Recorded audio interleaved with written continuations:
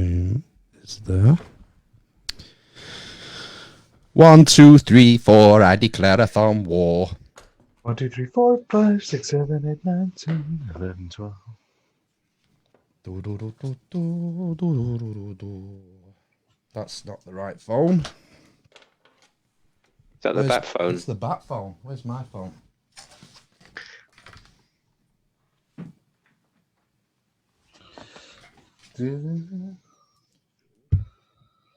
It's a very alluring shot of Shane there. Oh, You see my belly button? Almost. you got a super wide aperture on that lens, Sean. 35. Shane.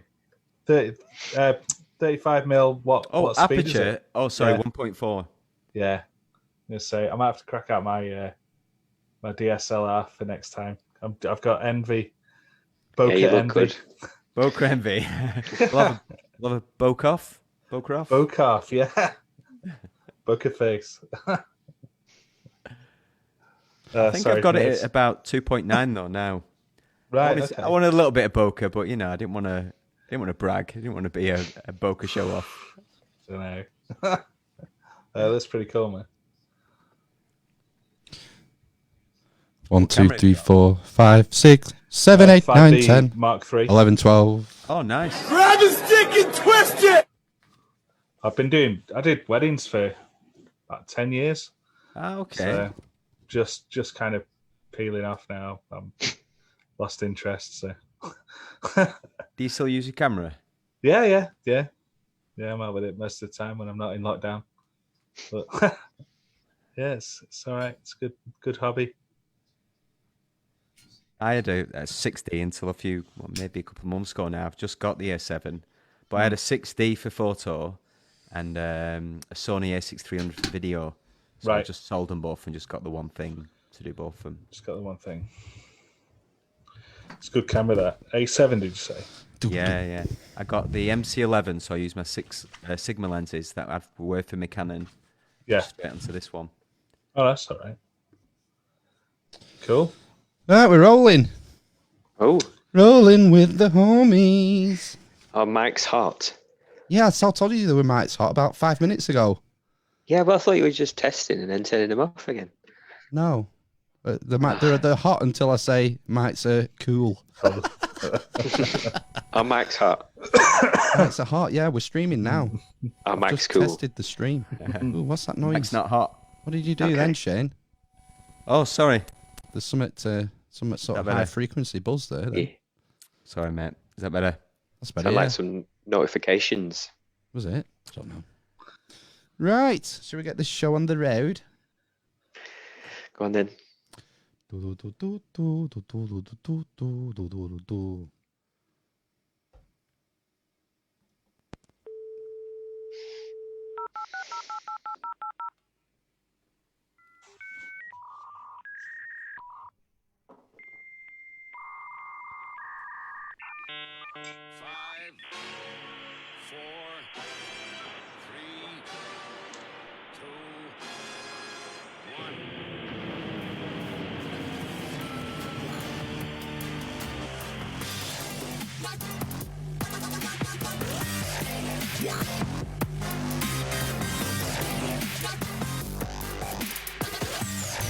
Everything's under control. Situation normal.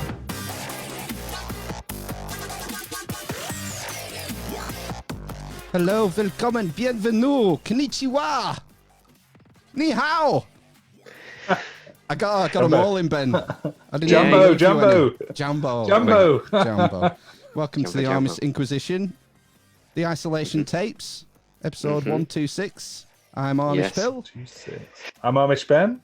I'm Amish Matt. The dwarf, the cripple, and the mother of madness. And tonight we have a special guest live on the stream. Shane is here from P-Town, the P-Town podcast. Yo, How you yo. doing? How you doing, Shane? Not bad. How are you, Very good. guys? Thanks for coming on. My pleasure. I've been looking forward to this. Have you? Yeah. Oh, Definitely. crikey. Do you know, Shane, over the last few months, I've been, a few months to a year, I've been reading about theosophy and Gnosticism and Hermetic stuff, and I'm actually a practicing clairvoyant. Wow. I want to try and read your mind. Can you look directly into the cam? I'm looking now. Well, that's disturbing. What have I done? Yeah, that's it. Definitely. So, tell us a bit about P-Town. B-Town. So it's a podcast all about, or the official line, I think, is a podcast exploring the lives of those who live, work, and play in our proud city of Preston. So it's a podcast all about Preston. We try to get guests on who are doing stuff to sort of further the city, make it a bit more cooler, and get us a bit out of that small town mentality. So we got people who have opened new bars, people who are opening up events for the empowerment of women in Preston. And who else have we had?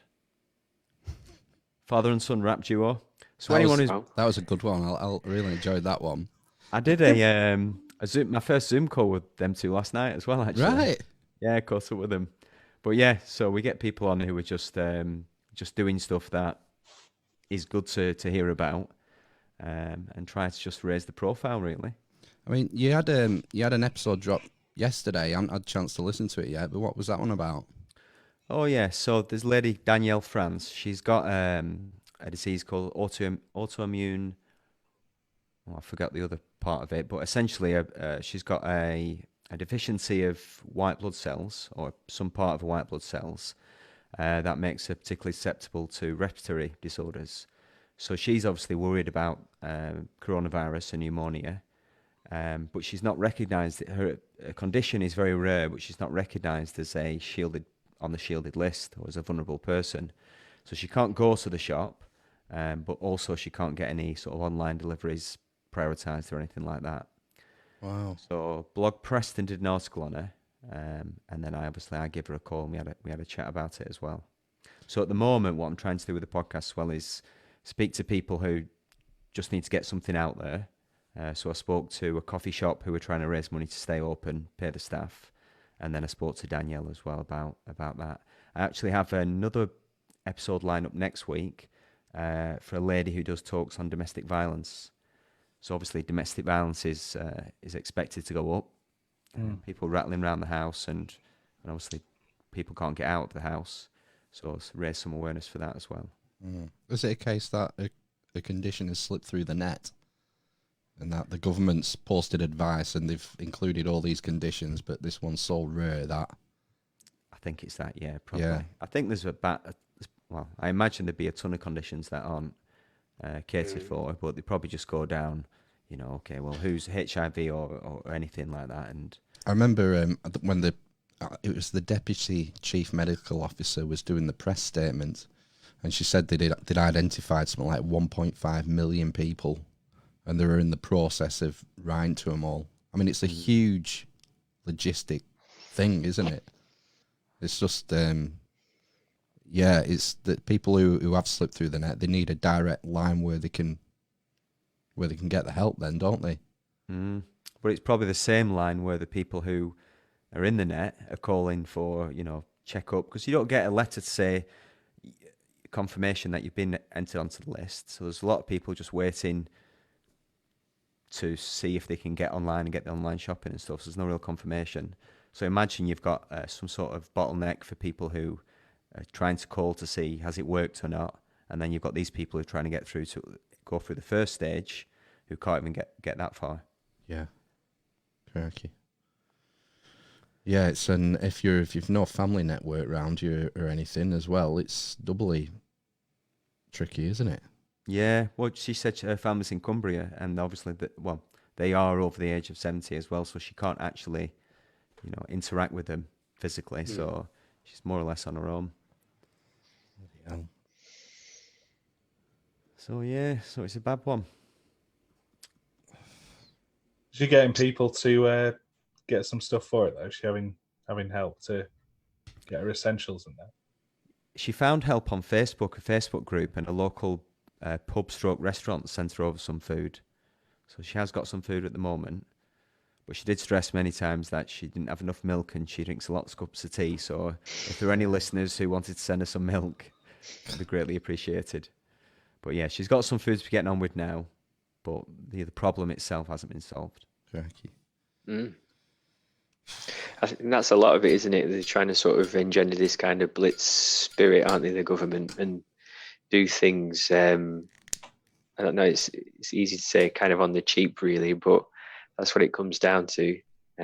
Especially the sort of like the infrastructure isn't there already to sort all these issues. That's the thing, isn't it? Well, I don't think you can underestimate how big the challenge is for local councils and health service and government to try and tie all this stuff together. I mean, it's a hell of a job, isn't it? Best part, 70 million people involved. Yeah, definitely. And I think the other thing as well is they're sort of intimating, aren't they, or sort of suggesting that they might stop people from being able to exercise outside of the home, removing that as one of the reasons to leave the house. We were just talking about it earlier, weren't we? So that'd be interesting if they do that. Funny you mentioned that, because I've got a clip from Matt Hancock this morning. It was on Andrew Marr going along this same sort of a thinly veiled threat. Well, that's it. I think this example of exercise is a really important one, because we said, because of the positive benefits to your physical and your mental health, that it's okay to exercise on your own or with members of your own household. But if the result of that is that too many people go out and flout the other rules because they say, well, if I can exercise, then it's fine for me to do other things, then I'm afraid we will have to take action. I don't want to have to take that action. Of course I don't. But we have already demonstrated that we are prepared to take the action that's necessary to get this virus under control. So my message is really clear. If you don't want us to have to take the step to ban exercise of all forms outside of your own home, then you've got to follow the rules. And the vast majority of people are following the rules, and let's not have a minority spoiling it for everybody. It's a difficult thing to balance, that, isn't it? What, civil liberties versus...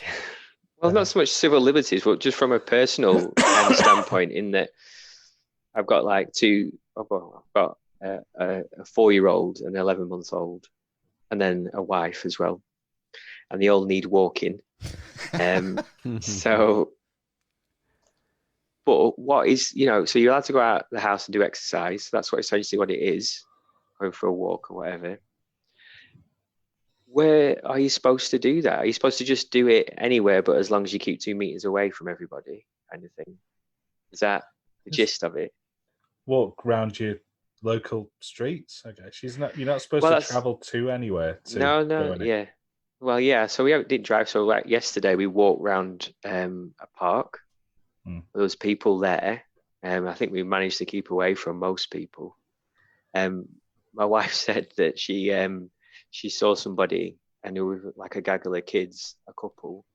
And as somebody, like an older person, walked past, he said, "Bubble formation!" And all the kids ran in and got close to them. A Roman phalanx, a Greek phalanx. Yeah. But that's what, that's what I've kind of been doing. Or I've been walking around the bowling green across the road. It has a footpath all the way around it. The problem with that is there's about 70, 80-year-old people that do it as well at different times in the day. So there's loads of times I've been out and there's already an old lady walking around it.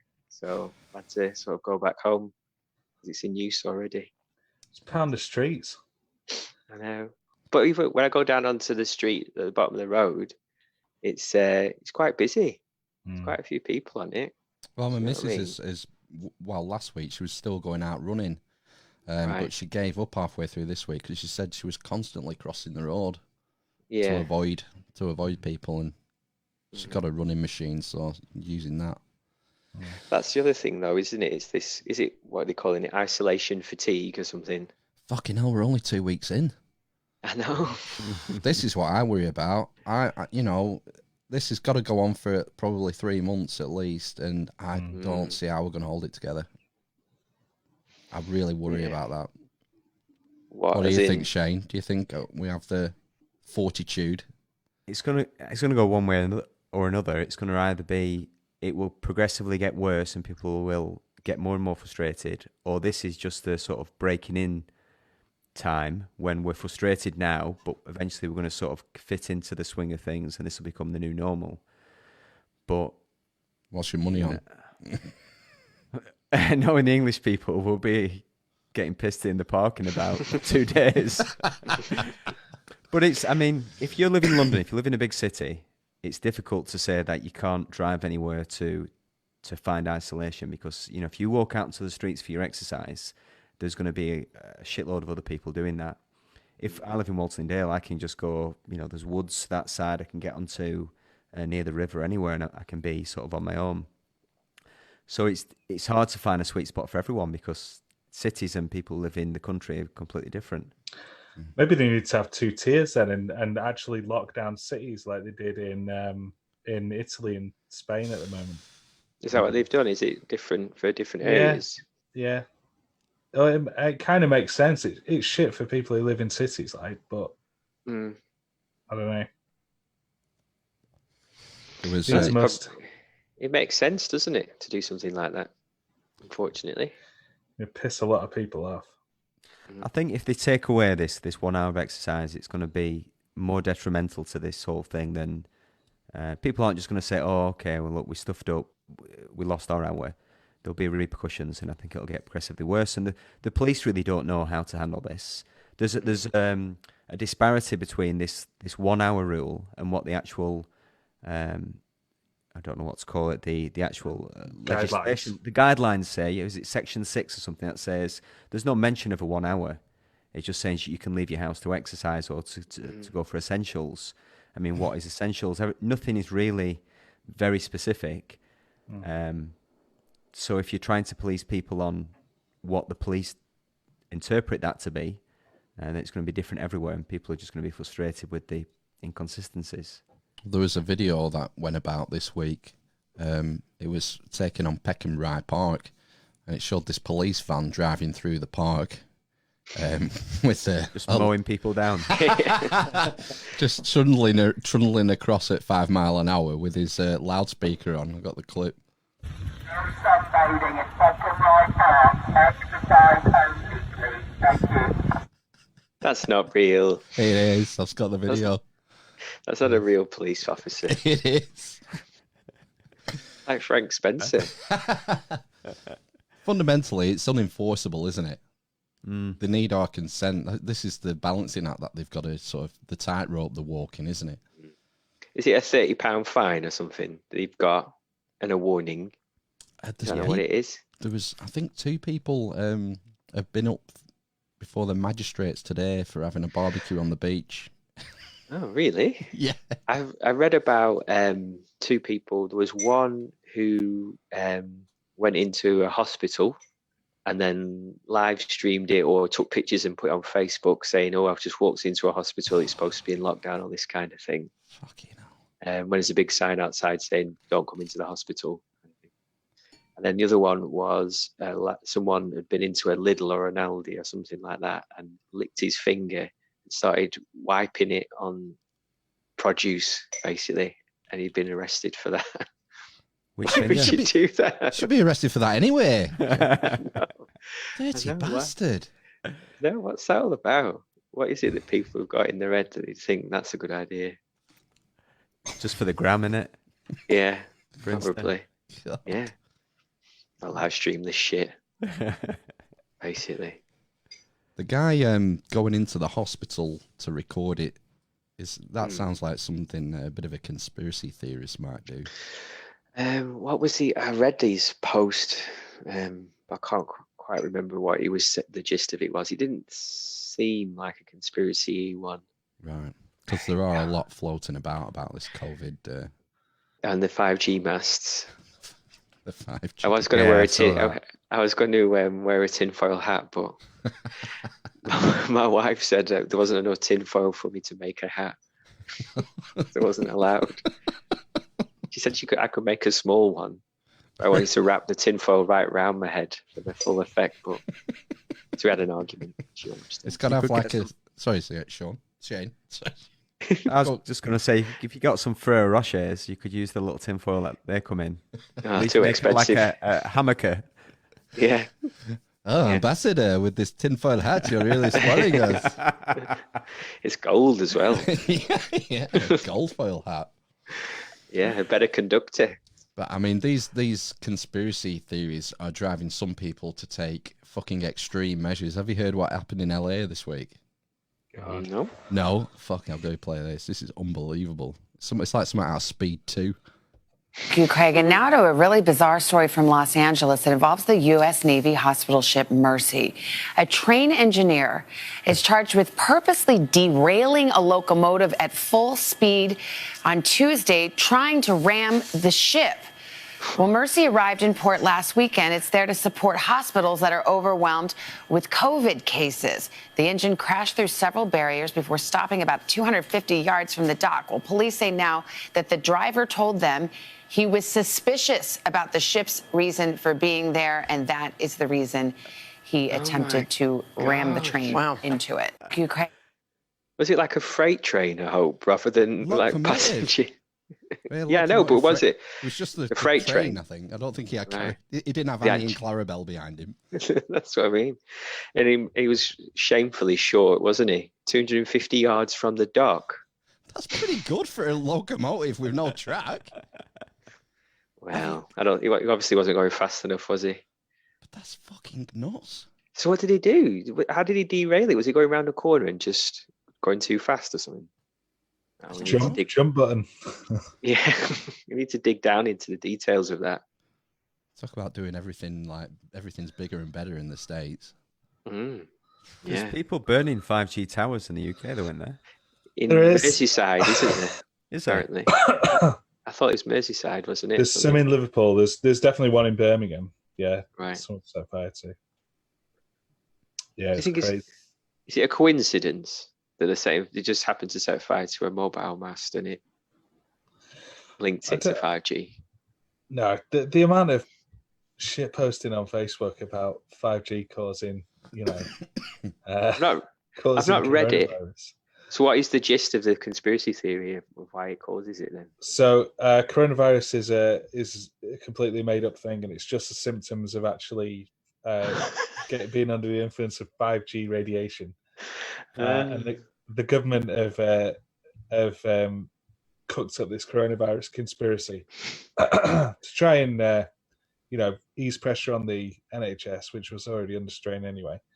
But while we're all indoors, apparently they're all installing these 5G pods on top of LED lights, and that's what's causing all the street lights. I've seen that one. Yeah, they've not even turned them on yet. I'm like, absolutely mad. And then they're going to say that when the vaccine comes out, it's actually going to have a microchip in it, and that's going to be controlled by the 5G. I don't know what or how or how it would make you do anything. A microchip in your arm. Have you seen the post where it links? It has like COVID and then swine flu and then SARS, and then it on the next page it links like whatever technology it was that came out at that time. No, I've not seen that one. Are they linking like SARS to 4G and something like that? Yeah. Well, there's a correlation between ice cream sold in August and tornadoes in Oklahoma. That's it. Yeah, it's cause and effect, isn't it? Exactly. Yeah. So if the coronavirus is sort of the vaccine is going to be integrated into the 5G, is it like an add-on bundle that you get? So if you want to pay £5 extra a month, bolt on. Yeah. Just sign up for 24 months or the rest of your life. I love it. I love a good conspiracy theory. It is. We should explore it more. It's a rich vein of nonsense. I got hip to an interview with the archdeacon of conspiracy theories in this country. David Icke. Yeah, he's been at it for 30 years. I mean, I'm into like JFK, 9/11, and all this, and it's quite interesting. But the one conspiracy theory I've never been able to get my head around is chemtrails. Chemtrails. Yeah. To remind me what that one is. Where the planes, the contrails in the sky aren't really contrails. They're full of chemicals, and we're getting sprayed all the time with heavy metals and stuff, to control our minds. But anyway, I think David Icke has finally cleared it up for me in his explanation. You talk about compartmentalization. Do you think pilots were going up spraying the sky? No. Knowing that it was going to come down on their families? Oh, absolutely not. No, they were spraying the sky because they were told it was a secret, top secret project to shut out the sun to protect the world from climate change. Yeah, that's what in fact, what was in those chemtrails is, yes, chemicals, heavy metals. There's something else in there, fantastic as people might find it. Nanotechnology microchips. What do they do? We're breathing them in. Okay. Technology, technocracy. There's little microchips in there. If you've got nanotechnology microchips in your body, right, you can be connected to technology via the chips. And that's what they're spraying with. I'll tell you a quick story. No, you won't. Please don't. Was that it? I was listening for the story now. I was listening to the story. What was the story? I couldn't listen to anymore. The guy who tell the interview was like, yeah, okay. What's your favourite conspiracy theory, Shane? My favourite conspiracy theory is that conspiracy theories are made up by the government to sort of muddy the water so they can get away with anything, and then people just say, oh, it's another conspiracy theory.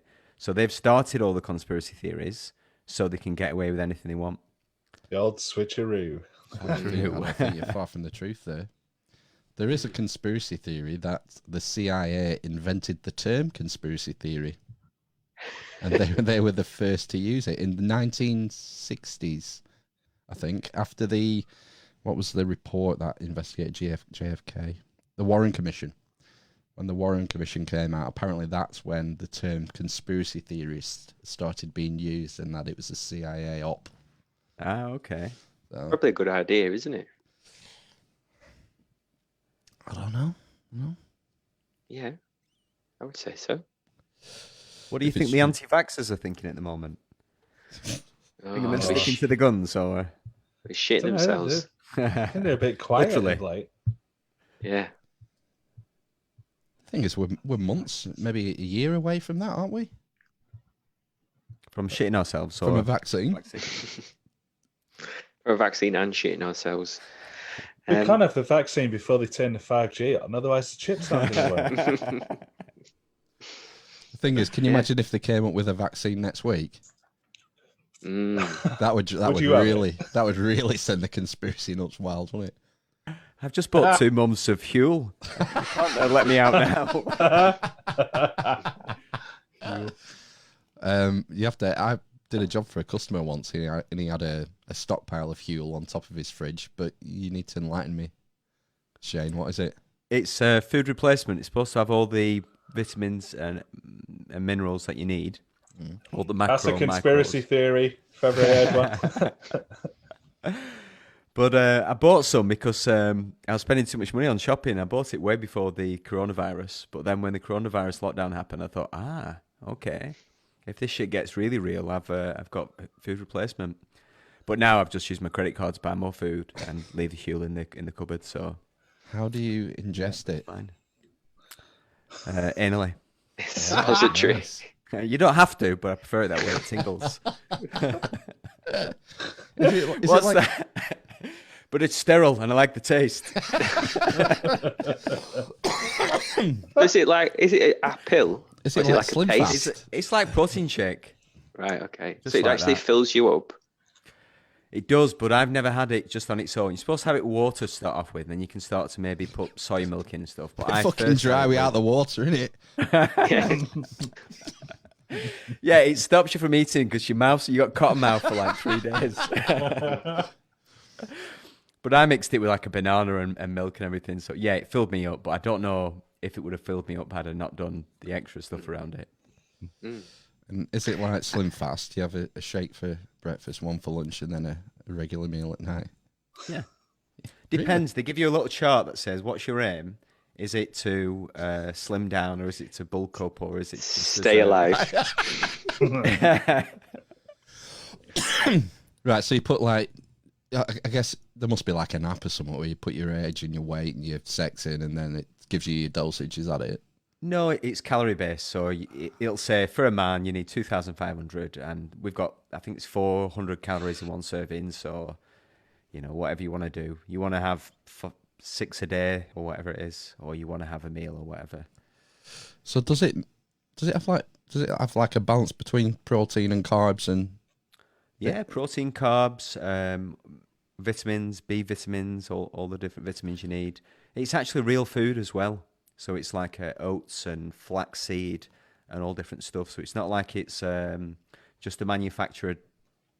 made in a lab. Yeah, well, it is made in a lab, but it's made in a lab from real food, apparently. Right.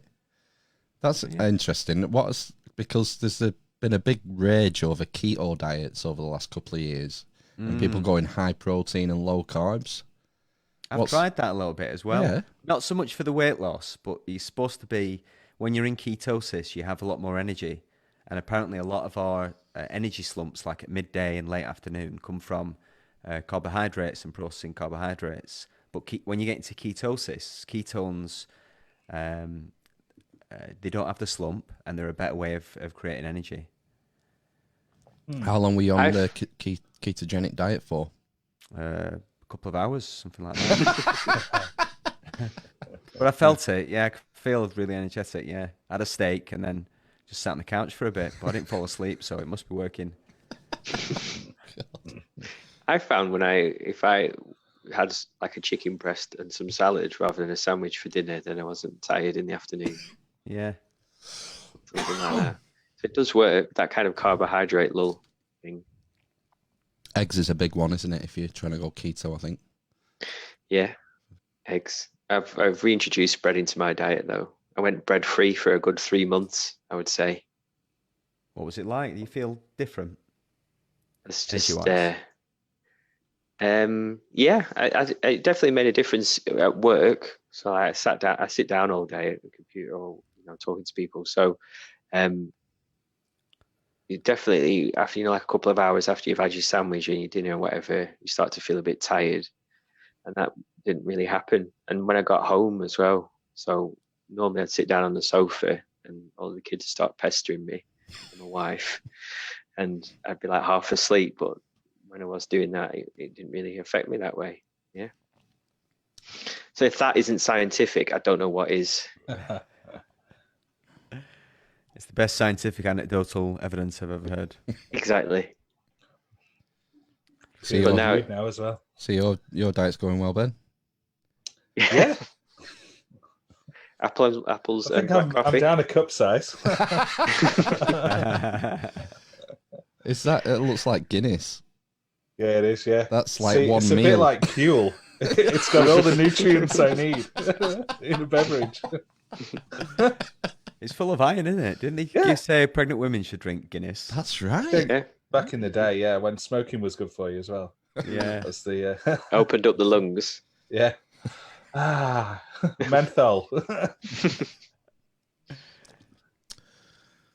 dear. I don't know. I reckon I will lose weight in this isolation. That's what I was going to say. You're not able to drive to your garages, are you, for your pit stops anymore? McDonald's is closed. Yeah, nothing. I've not had coffee since I left work either. That's really weird. I felt quite ill the first week, and I thought, I've got it. I've got the Rona, and I think I was just coming down off you withdrawing. Yeah, because you had 8 cups, didn't you, of filter coffee a day? 8 cups a day, yeah. Filter coffee. Intense job. What time was the last cup? It was like 4 o'clock. 4 o'clock probably. And you always slept okay? Oh yeah, like a log. Yeah. He's got the fucking worst sleep patterns you've ever heard of. Yeah. He basically collapses out of exhaustion at about 8 o'clock at night on the living room floor, and wakes up at 1 in the morning and goes to bed. No, correct? That has happened on a few occasions, yeah. Does your wife not even prod you to see if you're alive? She used to. Now she just steps over me. I hope he makes it through the night. Yeah. See ya. I'll have to clean this up tomorrow. Oh, don't talk to me about cleaning up. Fuck, man. Oh, how's the situation been? God, you remember last week towards the end of the podcast, I told you that the dog was acting weird and a bit off her food, and she'd left a love nugget. She'd left a love nuggets on the couch. Yeah. Yeah. And then she'd been off her food. There was roast chicken in her bowl, and she wouldn't eat it. So you know there's something wrong with you. Mm-hmm. And then after the podcast, I went into the Crucible for a bit to slay on Destiny 2. Went back into the house about 12:30, midnight. I thought I'd get a little snack, so I just had a little snacky to myself in the kitchen. Oh, 1 o'clock. Oh, I'm tired now. I better go to bed. Got to the bottom of the stairs, and there was a pool of diarrhea at the bottom of the stairs. A pool? About, I would say, 18-inch square. But round, obviously. It wasn't a square diarrhea. Yeah, something's wrong if they're doing square shits. So I cleaned all that up and thought, fucking hell. Anyway, Monday... That wasn't the crescendo. Oh fuck, we're just getting started. Monday, I'm on my daily Zoom call with my mum and dad, with boys and that. No, the missus was talking to him. I was in the kitchen. They were making a brew or something, and I just heard her, no, and I ran into the living room, and she's got her arms around back end at dog, and it's starting to come out. I grab the dog, grab her one hand on collar, one hand under her belly to try and get her, because she wasn't walking, she weren't moving, she was staying in bed like poorly. Dragged her out the back door, and I shit you not, there was almost a continuous puddle of diarrhea from the lounge into the hall, through to the kitchen, over the threshold of the door, like in the nooks and crannies, to outside. I'm like a 25-foot diarrhea. Is she not well still? Ill. No, is she not well now? Is she better? So we've got to take her to the vet. Okay. Right. Take her to you the strap her off outside, like a no contact vet visit. Tell a lie, right? I've got this slightly the wrong way around. We took her to the vet in the morning before the massive diarrhea, so she got a pill. She could put her on. Whatever the fuck they put them on. And then she had this massive bout of diarrhea. I'm thinking, she's a goner, like. She's had her time, 13 years old now, big dog. This is probably the end. And I'm fucking picturing taking her to vets on my own and family in bits, crying and that. And then, like, the next day, she was a bit better. And then the next day, back to normal, tail wagging, pestering us. So she's had a close call. Yeah. What was the vet gave her that laxative, isn't it? Yeah. What was the magic pill that saved the dog's life? You can't even remember. It was an antibiotic and a something you take for an upset stomach. Right. Okay. Antiemetic. Emetic. Yeah, whatever. Well, stuff she's been sick. Yeah. So, she's all right. What kind of dog are you driving, Shane? Got a border collie. I can feel him pouring hose nice. into the back of my neck now. Waiting for me to turn around, but I will not do it. But I'm running out of beer, so at one point I'm gonna have to go to the fridge. And then she'll make eye contact, and that'll be it then. They're pretty hyper.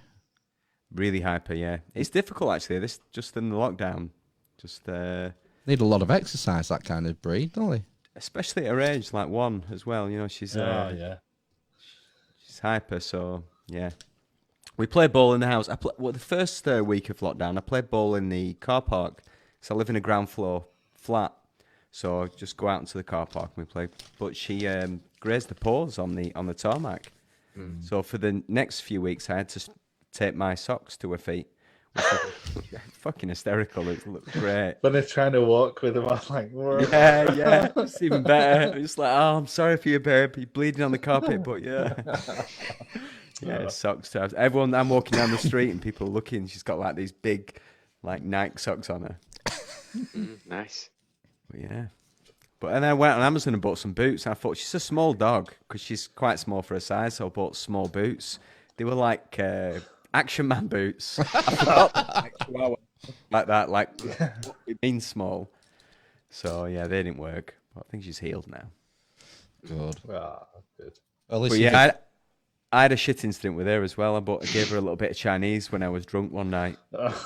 Chinese was like, "Yeah, have this, babe, a little bit of a treat." And I woke up in the morning. It was like a dirty protest. Shit everywhere. Oh no! Everywhere. So, no. Yeah, human food. You got to be careful with human food, haven't you, with dogs? It's weird. How come they can eat out the drain and lick their arse all day, but if you give them a bar of chocolate, they'll die? Yeah. Or grapes. Grapes, yeah. Grapes, onions. Onion as well. Yeah. Tomatoes as well, is it? Tomatoes? Onions related to the grape. Tomatoes. Is it?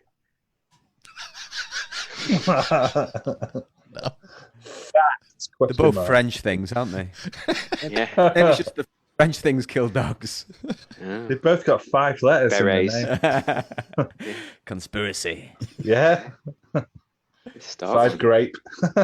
Did you hear, slight segue, but do you know that it's like the 13th century they used to have cat burning? Where they used to gather in the town square and they used to fill a massive bag with cats and hoist them over a fire, and it was like a family affair.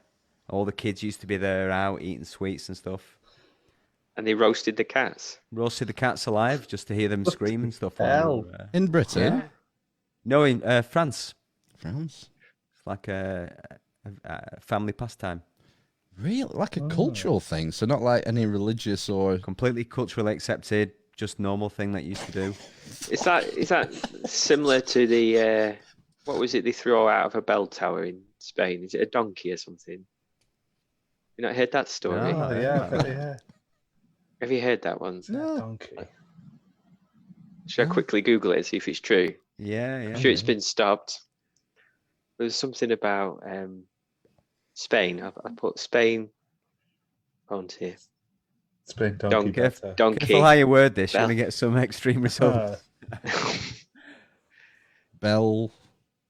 Here we go. 7 Spanish traditions of extreme animal torture that must be stopped. So it must be there. Bullfighting will be number 1, won't it? Burning the bull. The Burning Bull Festival sees bulls' horns set alight before it's made to run through the streets in a frenzied panic. Jesus. Good job we got out of the EU, eh? Yeah. The rape of the beasts. Oh, God. One summer afternoon, locals chase herds of wild horses into village streets. The horses are wrestled by weekend warriors who clip their manes and tails before branding them. Just found this, gentlemen. Wow. In 1677, Londoners burned live cats in Wicker Pope.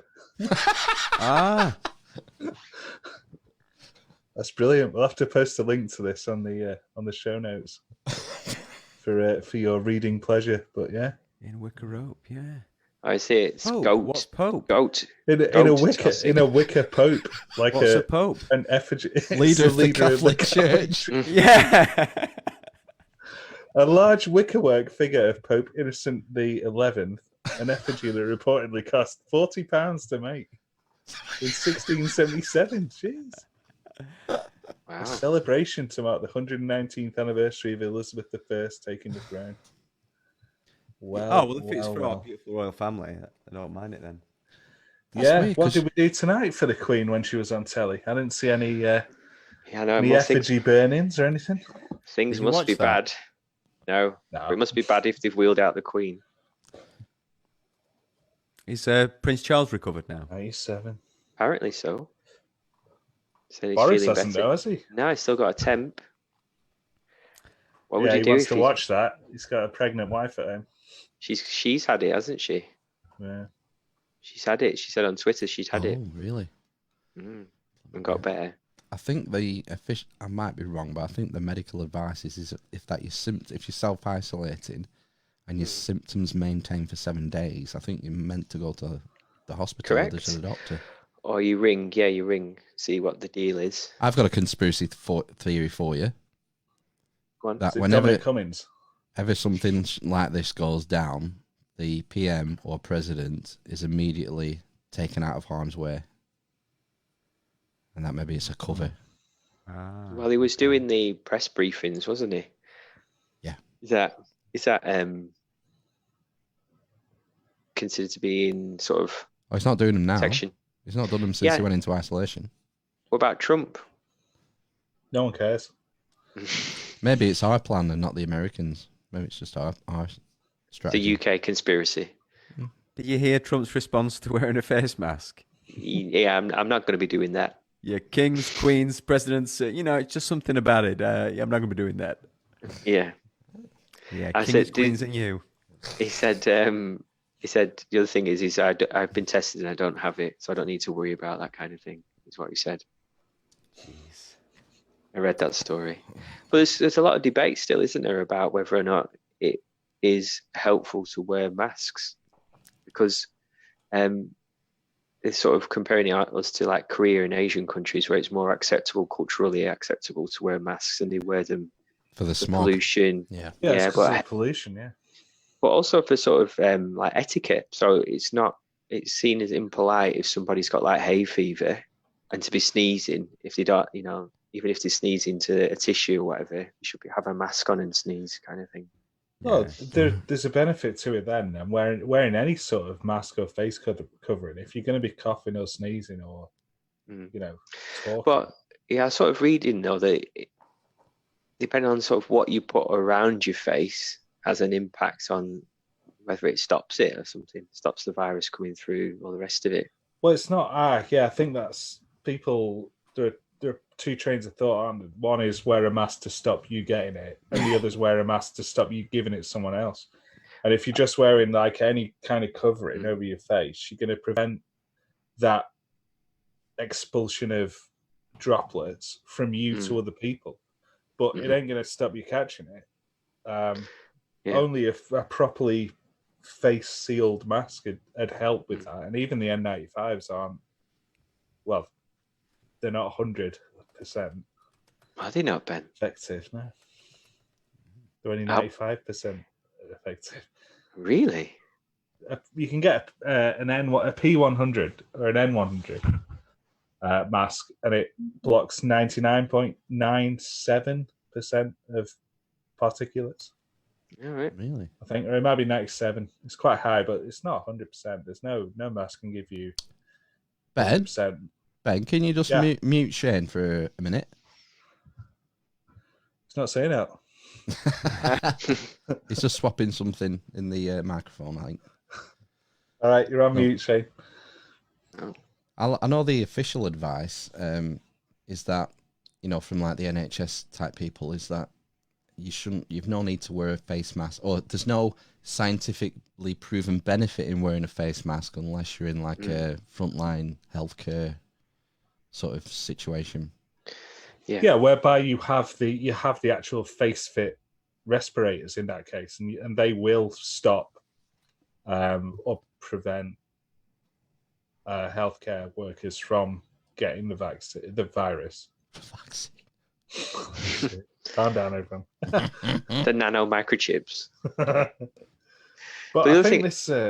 Sorry, I was going to talk about viral load as well. It seems to be those who are around. Great bad name. The vaccine. I know, great, right? Those that are around the virus a lot seem to be obviously getting more ill than others. And we think it might be to do with you're getting loads infected, of it, and then you're getting kind of more infected while your body's still trying to fight it, and you just get overwhelmed. Is that so? Right. The severity increases if you're constantly in contact. Potentially, that's one train of thought.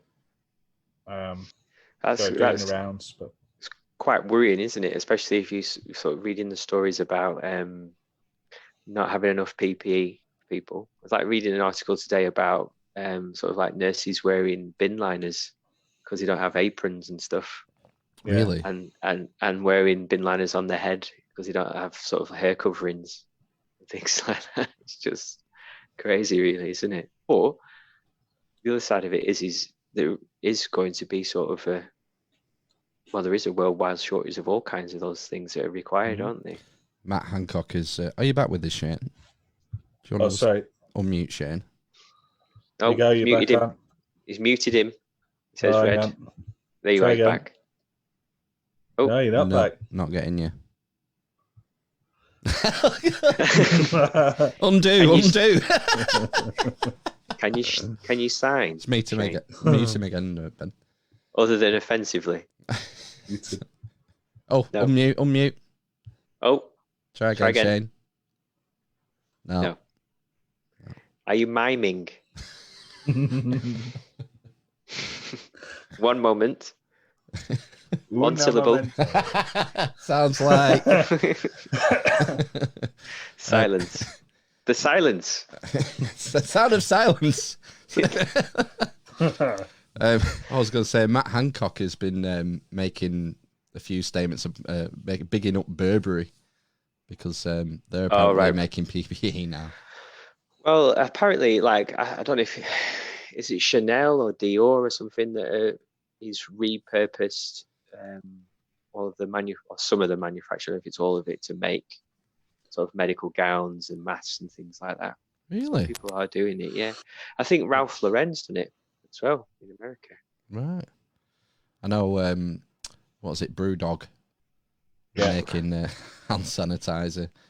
They made a load, but it wasn't good enough for medical use. It was fine for, it was medical, they like over 70% alcohol, but less than 80. And kind of home use is over 60%. But anything over 80, 90% doesn't work. Why does that not work?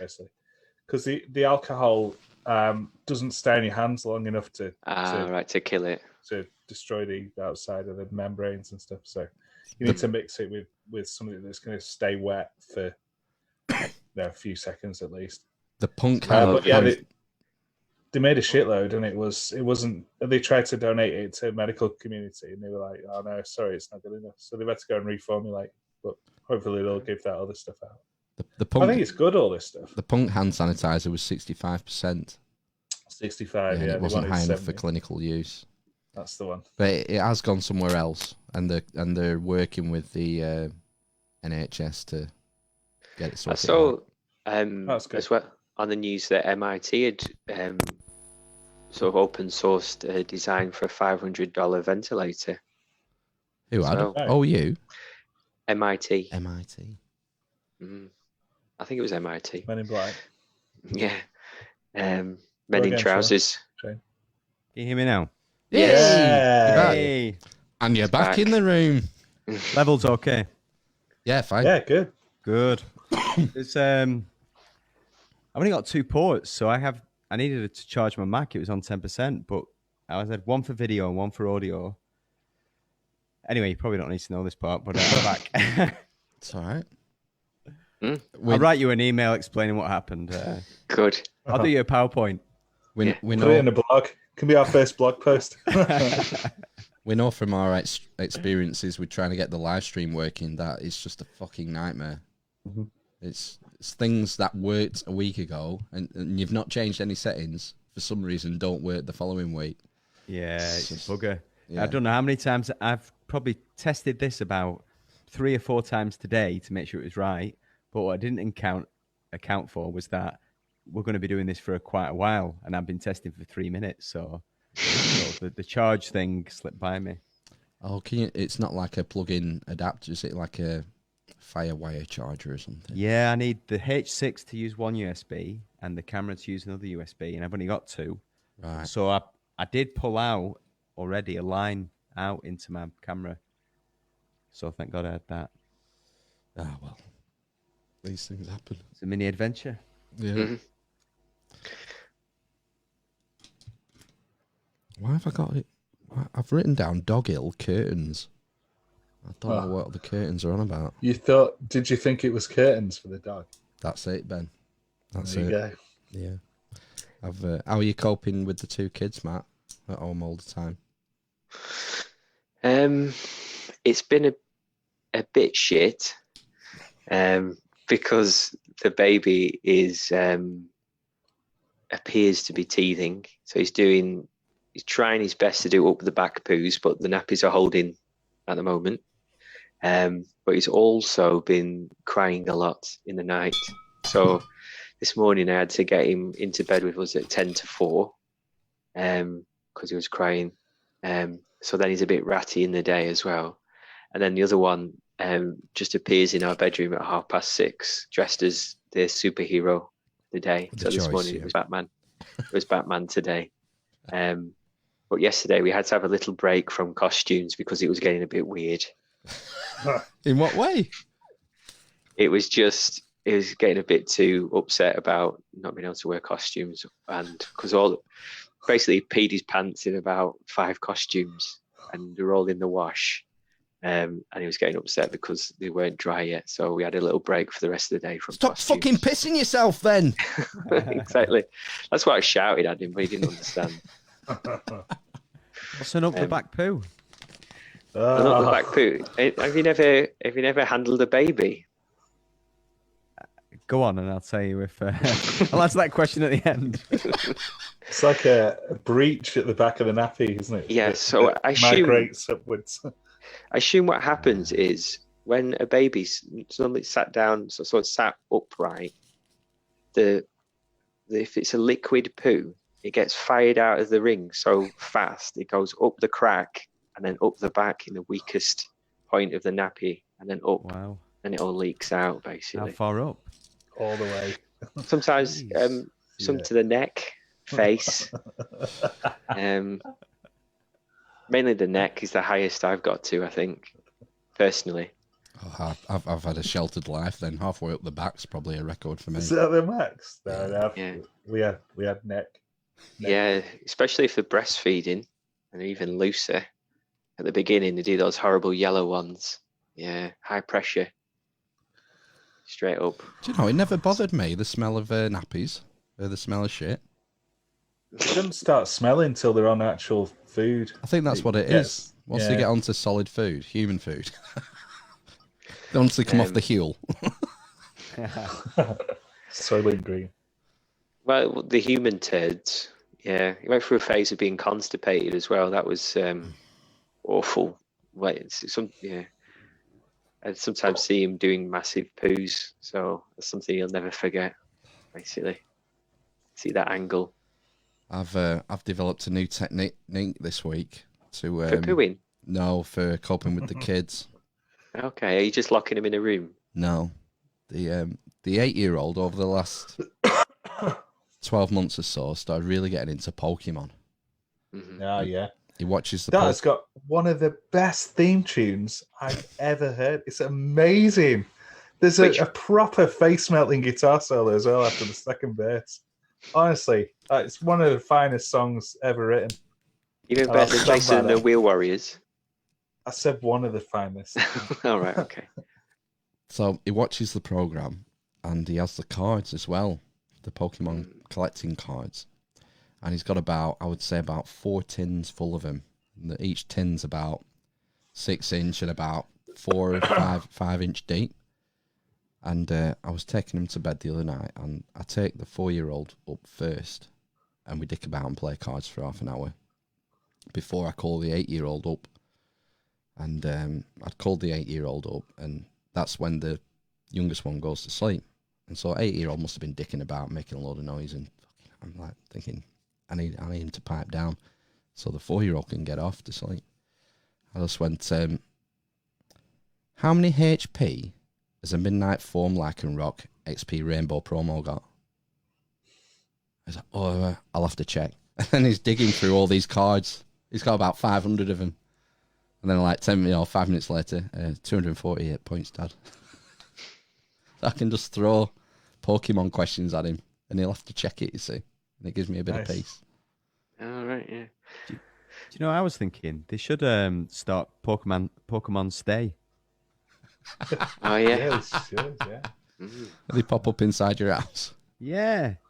Because Everyone loved Pokemon Go, weren't they? People who never got outside their house for ages. Pokemon Stay. Pokemon Garden. Yeah. Did you hear about people laying traps, Pokemon traps? They were like people were getting mugged left, right, and centre and getting the phone take off them. Oh right, I see. Like a Pokemon in some weird location, middle of a field, and there'd be people there waiting for him to collect this Pokemon. Was it like a crowd sort of thing where you say, "Oh, I found one here," and it goes on to the game or something? I think so. Is that how it works? Yeah. I never played it. It's segmented reality. Yeah, so I know that you can see it through the phone. Camera. But does someone put a Pokemon there, or is it you just got to look and look? No, it's AI. Right. Okay. That's just a blanket answer for anything, isn't it? That's just the end of the cul-de-sac. Yeah. That's just AI. It's just AI. Coronavirus, AI.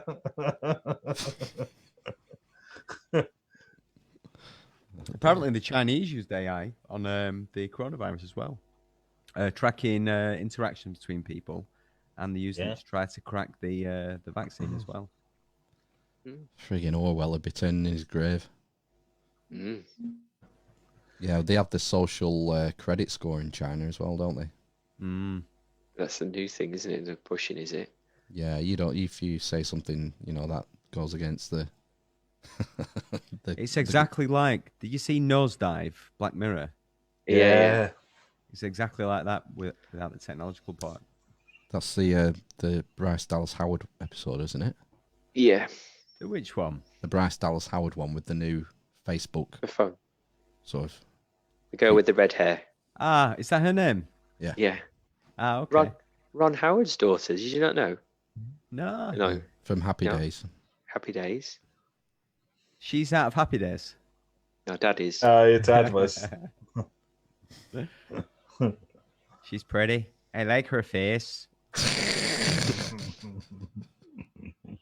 But she's pretty. She should have been more than a 3.8 in my view. There should be some more Black Mirrors coming soon. Have they not done it all? Well, the last season weren't that good though. Not the Boulder thing.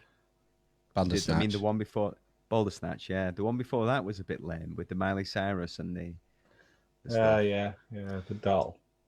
Yeah. There was the virtual reality same sex. Had Falcon from Avengers in it. Yeah. Oh, that was that was odd, wasn't it? That It was odd, yeah. Because that freaked me out. Do you remember the characters, the avatars they took were like characters out of Street Fighter 2? Yeah. And they were just sort of completely unconvincing. Like you're expecting someone who's really ripped. If you're casting Ryu from Street Fighter, you need someone who looks like Bruce Lee, don't you? Who's not got an ounce, 4% body fat.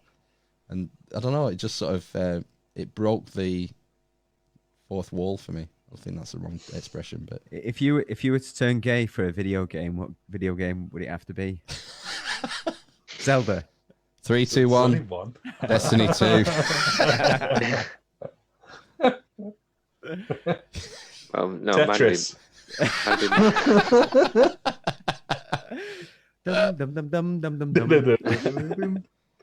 It's got to be Jet Set Willy, surely. Set Willy. Was that Commodore 64 or Spectrum? Yeah, it's Spectrum, yeah. Right, well, I had it on Spectrum, yeah. Or Frogger. Is that the same? Frogger. Yeah. Yeah, crossing the road. What was the question, Shane? Which video game character would you get gay with? Yeah, if you had to relive that episode of Black Mirror and be gay in a video game, you don't have to, but which video game would you want it to be? Oh my god. I would be Chun-Li. And is that Tekken? That's Street Fighter. Street Fighter. Oh. And what about if you could be any video game character? Solid Snake. God, what's the name of that game? Metal Gear Solid. Metal Gear Solid. Yeah. Yeah, you're a complete Metal Gear Solid nerd. Thanks. That's a compliment. I know, and he's left, hasn't he? What do you mean? What's he called? Hideo Kojima. Yeah. They sacked him. He finally had enough of his bullshit. They dumped him, didn't they, Konami? He did that Death Stranding, which I can't make head and tail of. Yeah, it's won lots of awards, hasn't it? But it only got sort of 4-star reviews rather than his normal 5-star reviews. I don't know. I'd probably be Sonic the Hedgehog. He seems to have a good sound. In the film, at least. Loves them rings. Loves collecting them rings. Yeah, it'd be exceptional as a gay character. Yeah. Do you do much gaming, Shane? No, no, not for years. When I was much younger, I did. I think I stopped at like PlayStation. PlayStation. The first PlayStation. First PlayStation, yeah. I think the last game I played, Doom, something like that. Doom, nice. A few years ago, I used to think it was a bit of a waste of time. Like, I thought, well, it's time that I could better spend doing something else. And, but I found that even though something is just pure enjoyment and unproductive, I think you can still trade that off and say, well, it's good for your psychological well-being. Massively. There's a woman who does talks on this. I forgot her name, but she wrote a book called The Healing Power of Games, something like that. And apparently, if you get someone who has a traumatic experience in wartime, it sounds... Stick him in a COD team deathmatch. You get them to play Tetris, the effects of PTSD will be reduced.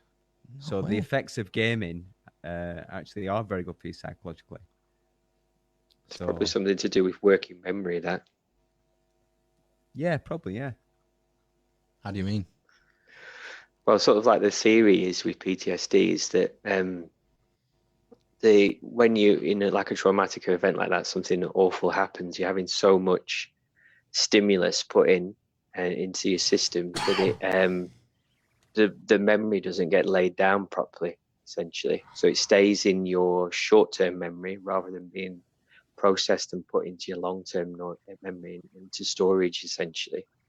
So the idea is like with treatment with PTSD is that you occupy working memory, which is kind of the bridge between the two. And what it does is it shifts that memory. Forces it back. Puts it into the long-term memory rather than having it there. So like the idea is that one of the way of looking at it is like your brain,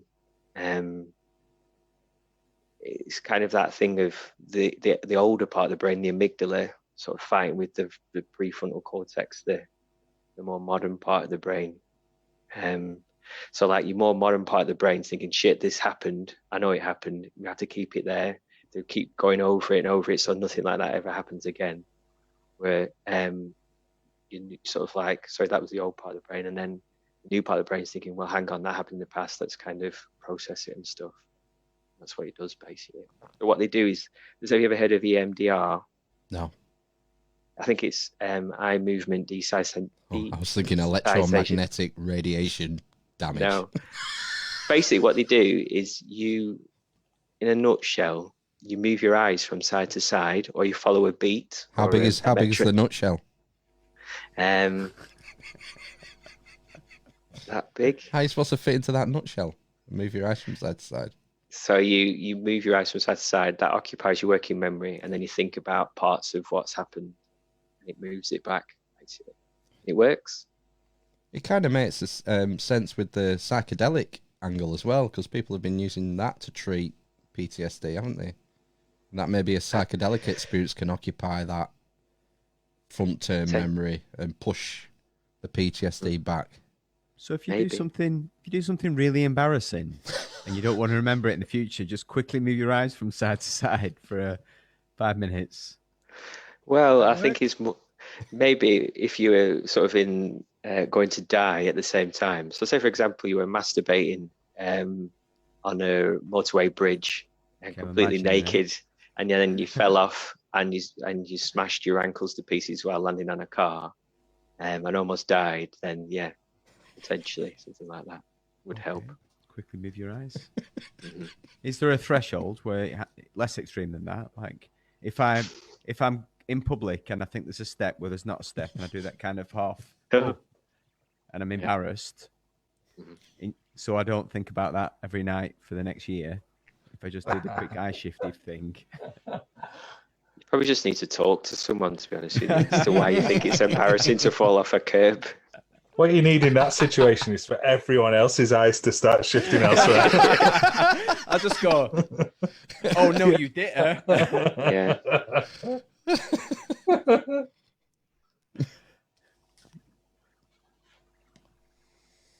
Oh my gosh. Oh dear. Do you think there's going to be a baby boom from the Rona? Yes. The Rona Bona? Rona Bona. So. I don't know. I think so. I think there will be 9 months' time. 9 months' time for the second wave. Loads of more babies. Just sort of suck up that extra capacity we built up in the NHS. I do feel sorry. I know quite a few people actually who are pregnant and are due to give birth sort of within the next month or so. Must be kind of nerve-wracking. Just going into a hospital for anything at the moment is going to be extra anxiety producing, isn't it? Definitely. I wouldn't like to be doing it. I didn't like doing it anyway. I went into the hospital just after the lockdown.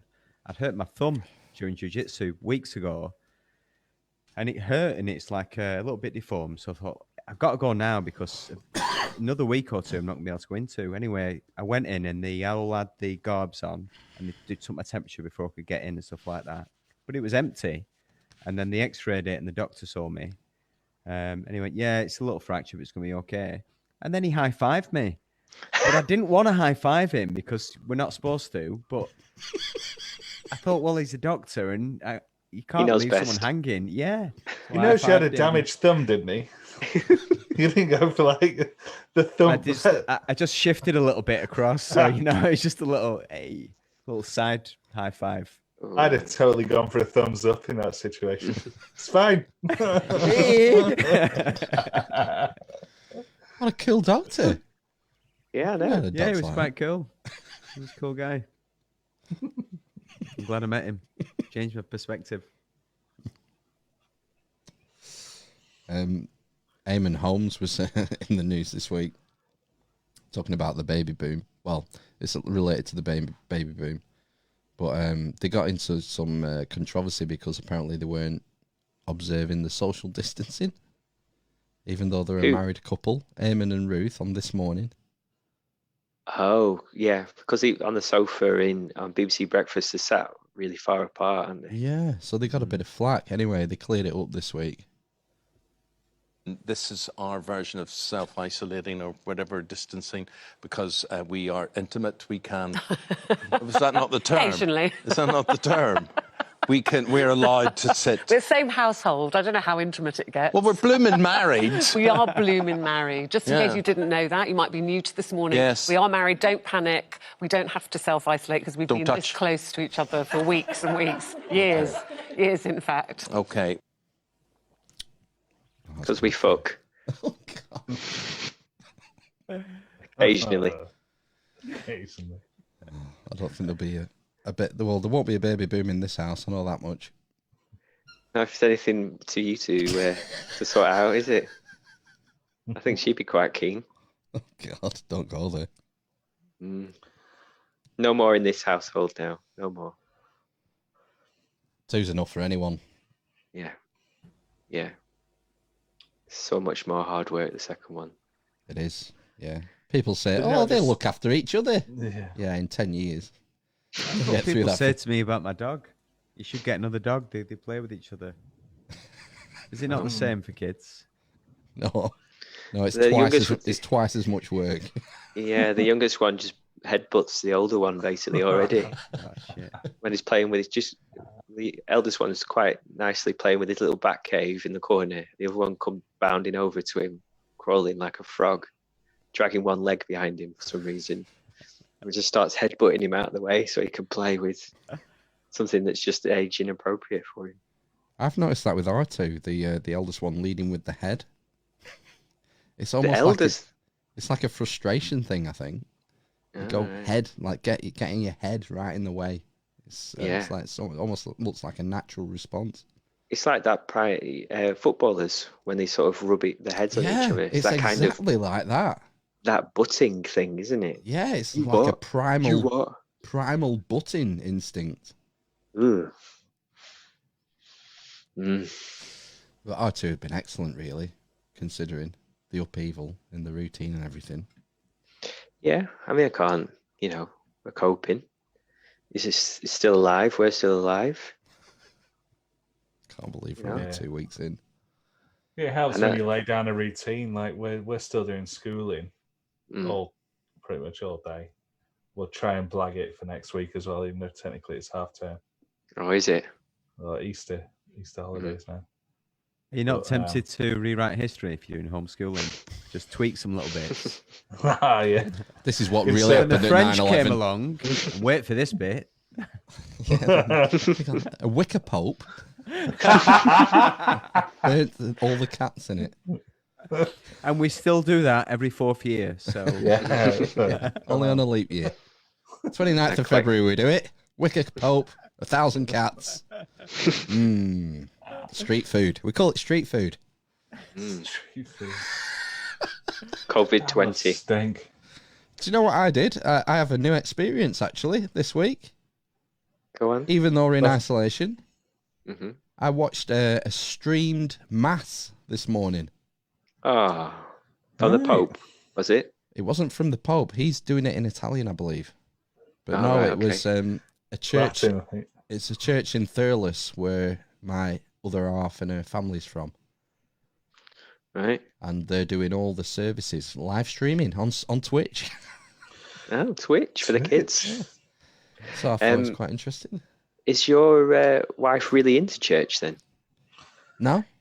Oh, right, okay. It was a significant anniversary. You know, at Mass, at Catholic Mass, they often read anniversaries of people who were pillars of the community who have died in the previous year or the previous anniversary, whatever. So it's Palm Sunday, isn't it, today? It is Palm Sunday. Do you know what happened on Palm Sunday? Jesus fucking laid it down, marched into Jerusalem on a donkey. Yeah, exactly. It was, he was waved into Jerusalem, wasn't he, with palms? Yeah. Is that when Good he... job wasn't in Spain. Did he do the moneylenders over on Palm Sunday as well? Turning the tables? No, I think that's supposed to be earlier, isn't it? I can't remember. I think. But I think they said like they're gonna do whatever it is on Monday, Thursday. They're gonna do Stations of the Cross. They're gonna do a Good Friday, Sunday, Easter Sunday. Stations of the Cross was my worst. I was an altar boy, and that was the worst one to do. It took 8. Just wandering round. that was a good hour and a half mass. That. Yeah. We hope on a good day you could get mass done in 50 minutes. Hour and a half. Is there 12 Stations of the Cross? Yeah, I think so. Well, is it? No, it's 14, isn't it? 15. It's 14. 15, maybe. I don't know. I Gonna thought go it was with 12. 15. I should know. I'm going to say 12. Because, I'm gonna say 12. Zodiac and all that. 12 months in the year. It's not astronism. It's all linked. All religion comes from astronomy. Although I started reading John Mark Allegro's book this week. 14. I started reading The Sacred Mushroom and the Cross this week, which came out. It came out, I think, in 1970. John Marco Allegro was one of the first scholars to work on the Dead Sea Scrolls, on the deciphering, and so he's a you were linguist. excited about that? It's a wild book. I think he got dropped almost immediately after it came out. His publishers dropped it and pulled it because of the controversy it caused. What's it about? The premise is that Jesus was a mushroom. Wow, where can I get this book? And that Christianity and Judaism all trace back to mushroom cults, where they thought that there was a giant penis in the sky that used to ejaculate, and that was the rain, and that was where nourishment came from. Had he been taking from heaven? Yeah. Had he been using mushrooms? His theory is that because he's a philologist, you can use the languages and trace them back to ancient Sumer, where the roots of the words come from, and then you can decipher the ancient Greek and Hebrew texts differently once you have the meanings of the names of the gods and whatever. And he said it all relates back to an ancient fertility cult in Sumer. I'm not sold on it. Not a solid theory. No, I'm preferring the astronomic theory at the moment. It all goes back to astronomy, Hamlet's Mill, and all that. So. We're actually bishops of the Church of Astronomism, anyway, aren't we? Or canons or something. He said at the end, didn't he? Did you, Shane? Did you hear our episode with Cometan a few weeks ago? Which one was that? So the guy who wrote the book of all the words. What's it called? Omnidoxy. Omnidoxy. Yeah. Yeah, I wonder if... Sorry. Do you really think we could get like a rank in the Church of Astronomy? I'd love one. He said we could, so I'm holding him to that. I don't remember that. We could at least be deacons. No, canons. Acolytes. Canon. What's Got popped to the loo. Mm-hmm. Cardinal. I want to be a cardinal. That's two ranks down from the Pope. Damn straight it is. What's the one rank down? Reserve Pope. Reserve Vice Pope. Yeah.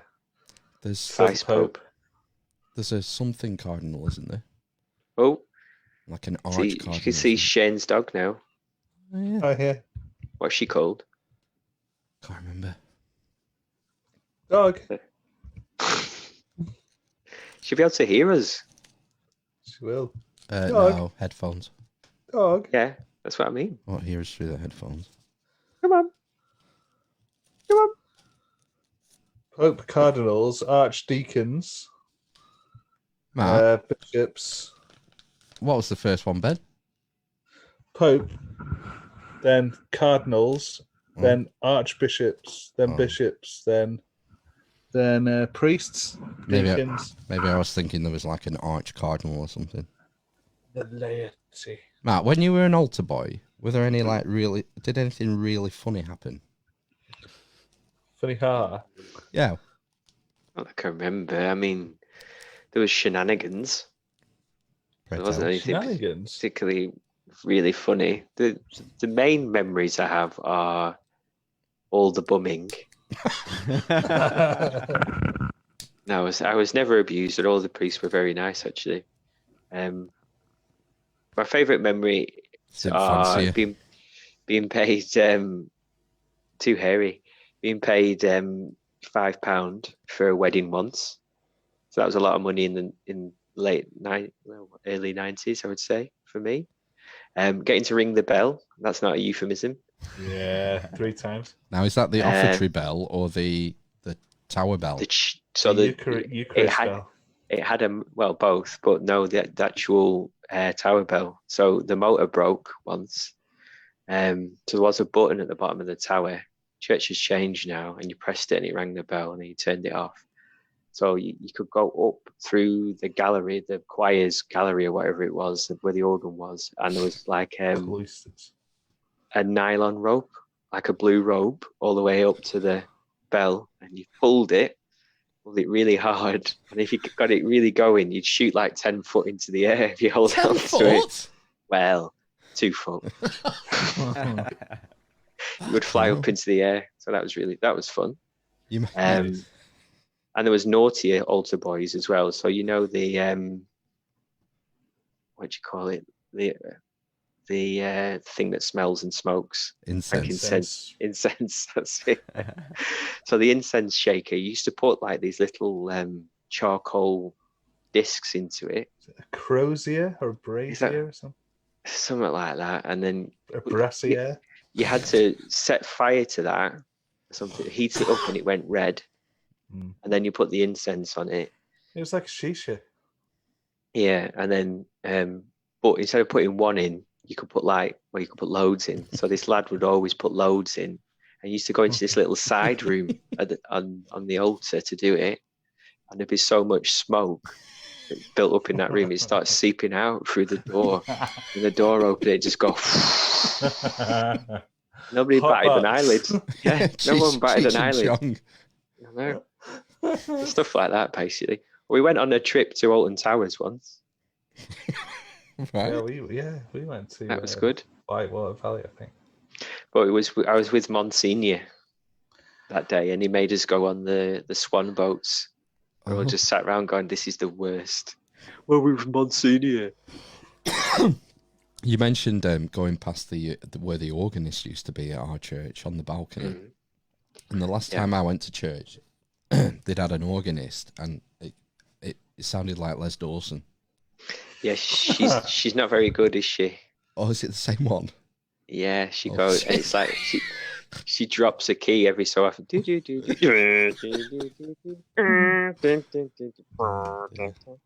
And sometimes the priest sort of just looks at her and goes, see him shaking his head, or just looking. Yeah, she's a bit of a busybody as well. Have you had any brushes with faith, Shane? No, none actually. But I didn't even go to Church of England school, so I think that's just middle of the road, isn't it? It's kind of a default. No, nothing really. No, nothing. I'm an atheist, so no real sort of religious things in my life. Oh, actually, sorry. I used to be a Jehovah's Witness. Fucking hell. I can't believe you even forgot that. When I was a kid, my mum was Jehovah's Witness, so we used to go door to door. Really? Giving out the watchtower and stuff like that. How old were you when that stopped? 6 or 7. Oh, right. So you want to have a lot of memories of it then. 7 or 8 or something like that. No, yeah, I remember bits and Did you have bats. do you remember any like weird, like really horrible reactions when you were door-to-dooring? I don't even remember doing the door-to-door that much. No, really. I remember always, the only thing I remember is the story of Samson, because we used to have a book that was gold that Mum used to read me at sort of bedtime. It was their version of the children's Bible or something. I remember the story of Samson with his long hair. Tearing down the temple of Dagon. Yeah, with Delilah and stuff like that. And it was my goal to have really long hair like Samson. And I'd like to say, I nailed it. So is Jehovah's Witnesses big into Old Testament then? I think so, yeah. I think that's where, because they don't recognize Jesus as he's not the Messiah. He's a very naughty boy. Oh, you beat me to it. But yeah, I think they're very Old Testament. They're very strict on. They don't celebrate Christmas. They don't celebrate birthdays. Yeah, the birthdays and Christmas. I was going to ask you about that. Yeah, so. So you didn't get them as a young kid then? No, I don't really remember that. I didn't get them. I'm assuming I didn't get them, but I got some presents at some point in time. Like a loaf of bread and a pint of milk here and there. So. Tangerine and a lump of coal. But it prepared me well for the lockdown recently. So yeah, but nothing else like that. I was watching a debate on YouTube the other day. It was Christopher Hitchens. You familiar with Chris Hitchens? I love Chris. I love the Hitch. Yeah, Hitch slaps and all that. Yeah, there's some fantastic compilations on YouTube. His brother's into the limelight now, Peter, isn't he? For his comments on the lockdown. Oh, what are they? So Peter Hitchens, his brother, who's a Catholic, I don't know, vicar or whatever it is, but he's highly critical of the lockdown, saying it's reactionary, and that if you look at the numbers, this is massive economical impact based on marginal deaths, mostly of vulnerable people who may have died of something anyway. So if people go in there with pancreatic cancer, for example, or something, but they contract COVID, then they're going to say they died whilst under COVID, they died of COVID. Mm. But there was an interview with him and a couple of other people and Piers Morgan on Good Morning or whatever it's called. And he was trying to get this point across. Piers Morgan just shot him down completely. But yeah, I think he's been the only sort of dissenting voice I've seen on YouTube that's been dissenting against the current position of the media and the government. He's quite conservative, isn't he? He's a regular on Question Time. Is he? Yeah, but not for a good over a year, I would say. But he writes for the Mail on Sunday. Yeah, and he's an author as well. Yeah, he seems like an intelligent guy. He said, and when we got Peter Hitchens who writes for the Daily Mail, he went, "No, I do not." But yeah, Christopher Hitchens, yeah, fantastic guy. Is he died? Is he the one who died? Yeah. Yeah, he got throat cancer, so larynx cancer or something like that. I think he was a bit of a hard drinker, hard smoker. Yeah. He wrote a book on it while he was dying called Mortality. Oh man. I watched a debate he did this week with a guy who was some sort of, well, a Christian. And it was interesting because I would be in the same boat as you in that I thought Christopher Hitchens was amazing. I still do. But this particular debate, he was pretty personal. He was not answering the questions directly. And this Christian guy had some really good points, but I don't know. It's sort of I feel the same way with Jordan Peterson. I really like a lot of the things Jordan Peterson says, and I think it appeals to this sort of demasculated generation of guys that we've got, and all the things he does. And I like the archetypal stuff he does, even if it's just bullshit. The idea of it, you got to clean your damn room and stuff like that. You got to rise up the dominance hierarchy. It's not an insignificant thing. But I saw him. Yeah. Irish. I saw him debate with Sam Harris about God, and he was completely out of his league. He was wishy-washy. Really? He couldn't nail anything down. He was saying, "Well, God is. I define God as this power of the universe, stuff like that." So yeah, he failed on that one, and I lost respect for him on that part. But not necessarily on the other bits. I saw it as well. It was like the cogs wouldn't move quick enough for him. He was struggling. How recent was that?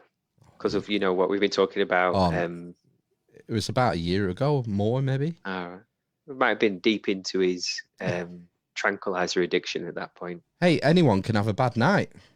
Is this Jordan? Yeah. Yeah. Oh, is he addicted? Apparently he's very ill at the moment. That's the other thing I was just about to say. He's in a coma. Did you say in New York, and they've been sort of they're getting overwhelmed. No, they sent him to Russia. Yeah, it's in Russia. I thought he moved back from Russia to I don't know. To New York or something now. Well, the last I heard was about 4 weeks ago, and he had to go to Russia because the treatment that they wanted to do, they wouldn't do it in the States, and they had to put him in a coma for it. So yeah, he's seriously ill, Peterson. Jeez. Yeah. Through what?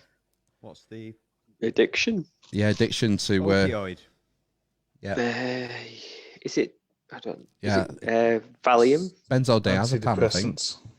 Benzodiazepam, I think. Yeah, Benny's. Yeah, his daughter does. I didn't know until you two mentioned it, but his daughter does like vlog posts, doesn't she, talking about it? I think. Did you say? Yeah. Yeah, Michaela, she's got a podcast, think of her own. Christ, who hasn't these days? No, yeah. All these podcasts. Someone sent me a link on Twitter saying during the crisis, people listen to less podcasts. Less? Yeah, I do. Not at work. No driving.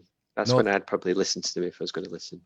I listen all day at work, and I can't keep up with anything now. This is too much. I'm just falling behind.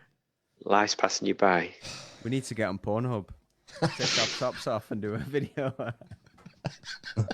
No, I mean not together.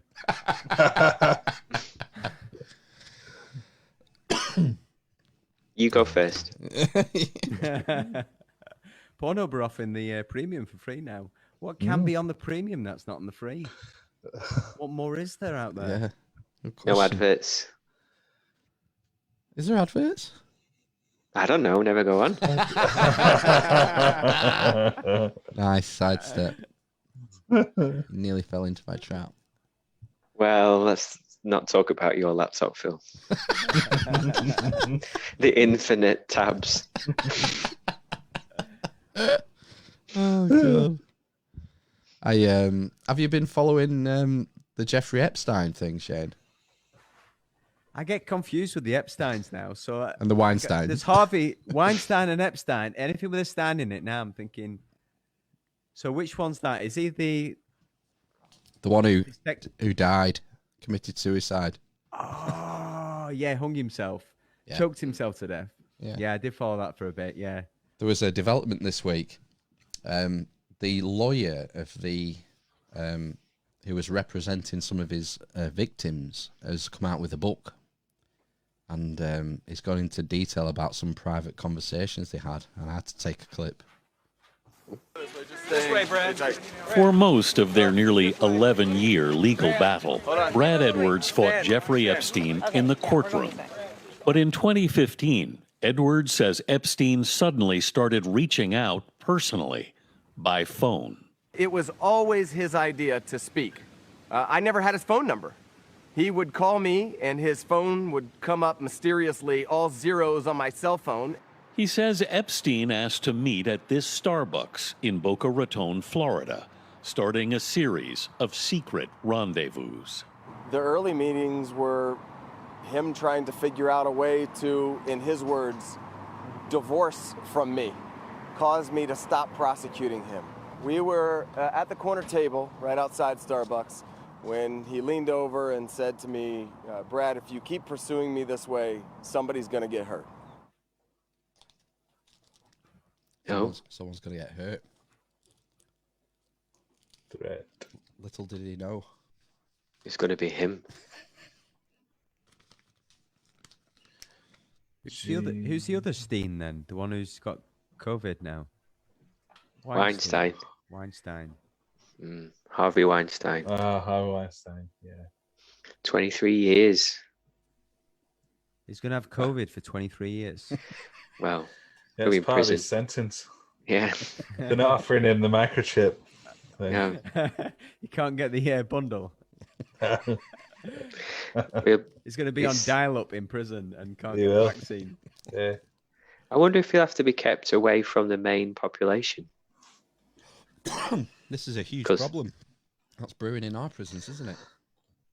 Well, they're releasing people already, aren't they? Well, they're considering, I think, releasing people with 3 months and under to serve. I thought there was 4. I thought they said the 400 been released. Oh, might be wrong. Yeah, if it's recent in the last couple of days, then it could be. There's 100. I think there's 100 in Northern Ireland or Scotland or something, and a few hundred here so far. Yeah, a couple of people have died, and some prison workers I read as well have died. Really? Fuck.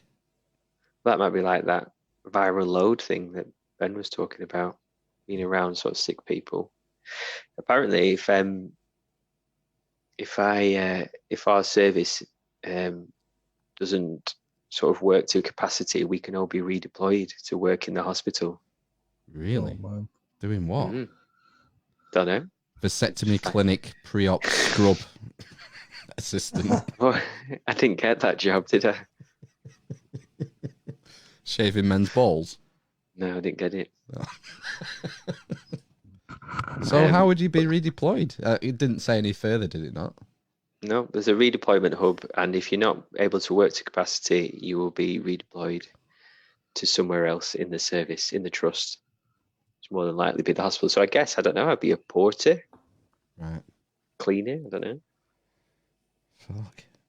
I when they put out this call to action for people to volunteer, I was considering volunteering because I can't work, and I hadn't discussed it with the missus yet, but they've had to suspend it because Have they really? They've had too many. They've had 750,000 people volunteer, and it's too much for them to process, so they've had to suspend the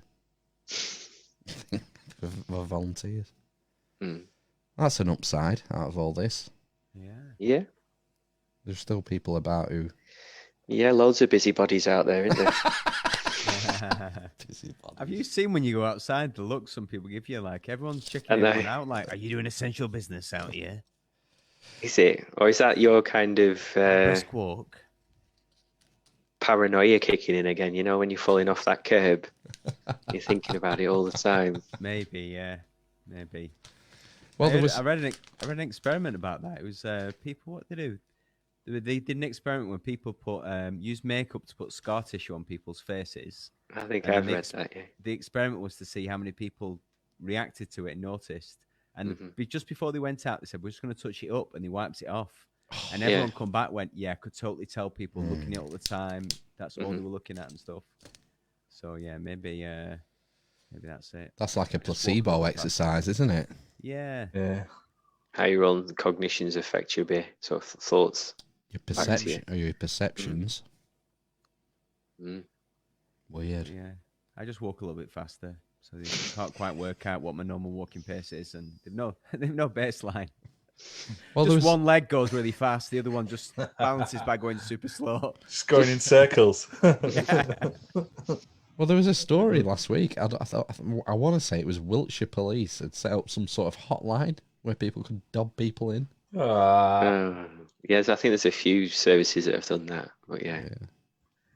Dobbers. Yeah. The drones in Derbyshire as well. That's right, the Peak District. Dog walkers. Yeah. Got telling off. They Return to your homes.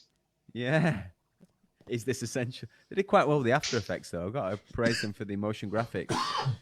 The little, what was it, like Minority Report-esque little bubbles coming out. Dog walker. What does it say, the drone? They did the overlay on the video with motion graphics, just saying, you know, a little circle around them. Dog walker. Is this essential? Stuff like that. You should get it to say, cower in place, slave. Somebody should do like a spoof, like interlaced Minority Report with the guy going like that, with Tom Cruise going like that. Dog walkers. Get the ball before they walk the dog. And we've got to go in there and bust them. Oh, that's a good one. I've come up with a new segment. Oh no. It's called Bellend of the Week. Oh. Are you familiar with Ant Middleton? Oh, the climber. Yes. Climber, no, the army guy. That's the one. Right. From SAS, Are You Tough Enough? Yeah, so he does this show where civvies, decide to go through the SAS training and he abuses them for 6 weeks or whatever. Anyway, I got this off Twitter. Am I still out travelling the world? Yes. Am I still shaking hands? Yes. Am I still cuddling fans at the airport? Yes. Am I washing my hands and keeping my hygiene to a high standard as always? Yes. Has my life changed? No. Am I going to let some disease, COVID-19, dictate my life? Absolutely not. Get out there. Don't change. Fuck COVID-19. Shit. And you're saying he's died from it, yeah? That's my favourite. Cuddling my fans at the airport. What planet is he on? Fan. Mr. Middleton was lately accused of sexually abusing many of his fans at airports. I know, he's never heard of Me Too. I thought that was Is that recent, that tweet? I think it was last week. It's from our producer, Eamon, wasn't it? Was it? Yeah, he sent that to us. Shit, I didn't have a credit for that. So, yeah, producer Eamon, thank you. Okay. But, yeah, that was, I think, about a week or two. When he first announced it, was that 2 weeks ago now, a Monday. So just under 2 weeks. Yeah. Yeah, we'll see how long we can hold on to this. I've got some Biden clips. Seeing as that's a regular feature now. Yeah. I've got a Joe Biden supercut to start. I want to thank Rich Fitzgerald, the county executive, Allegheny County executive, for being here, and all my time in public life since I've gotten involved. The country wasn't built by Wall Street bankers, CEOs, and hedge fund managers. If the enterprise hit hard times, everybody took a hit. Union workers, the UAW took incredible cuts in their future and their pensions and the left to get GM working. They also got that last year and try to cut wages or freeze wages for their people. Right today, the same is happening in big hospital systems. I think we have to rethink how we define what constitutes a successful economy. Folks in America don't think their children are going to have the same standard of living they had. How can a person dignity be maintained? Why they do that? It means investing much more in medical research to conquer devastating diseases like cancer and addiction and Alzheimer's. So God bless you all and may God protect our troops. That was all God. in one speech. That sounds like Evan Davis on PM. He's always doing stuff. And it's time for a pip. I think that was the last speech he gave in public. I think it was maybe the Pittsburgh primary, something like that, before everything shut down. So now he's stuck in a bunker. He's doing broadcasts from a bunker now, but he's still. I've got a couple of clips from this week from his bunker. Shit. I put it slightly differently. What is his responsibility, and what if there was allocating responsibility is I'll let history do that, but that's fucking nonsense. Yeah, he's not very articulate, is he? There's been rumours going around the internet this week that he's had a stroke, a mini stroke. Yeah, possible. This is why he's not like 80. Feel slightly bad about laughing at his gaffes, but there's one more, so I'll have to play it. And in order to avoid those very high numbers, we have to do at least several things. One, we have to depend on what the president's going to do right now. And first of all, he has to wait till the cases before anything happens. Look, the whole idea is he's got to get in place things that were shortages of. Yeah, he's really reaching there, isn't he? Yeah. But he's got the nominee now, so. Yeah. Is it him? Nailed on. What happened to Anthony Cuomo? There's still time. All right. It's a long time till November. Okay. I can't see Biden making it to November. You think that's it? Is that worn down now? Fuck. I think someone has to swoop in. My money's at Matt Cuomo's my dark horse. Just because he sounds like Al Pacino. What was that guy's name who was on Total Recall who came out the other guy's body at the front? Quaid. Open your mind. Open your mind.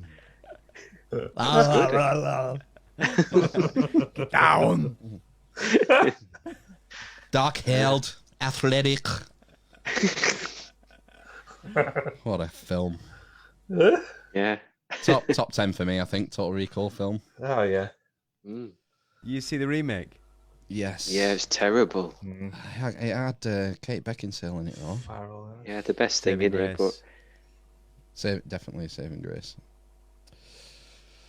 Well, it's fucking. We're marching on. It's 12 minutes past 10 now. Yeah. Are we gonna wrap up for tonight? I think so. I think it's for the best. Yeah. Thanks. Jen. Thanks for coming, Shane. Yeah, Pleasure. thank you, Shane. Absolute pleasure. Yeah, cheers. We'll put all the links. I should have said this at the beginning. All the links to your social media and stuff will be in the episode notes. Yeah, not many people make it to the end, do they? No, I'll have to insert something at the beginning. That's what she said. That's also what she said. Just a tip. So make sure you check out P-Town and follow him on social media. Right, we'll sign off then. Yeah. All right. Wakanda forever. Praise Jabalon. Epstein didn't kill himself. Fucking after it all. Say useless.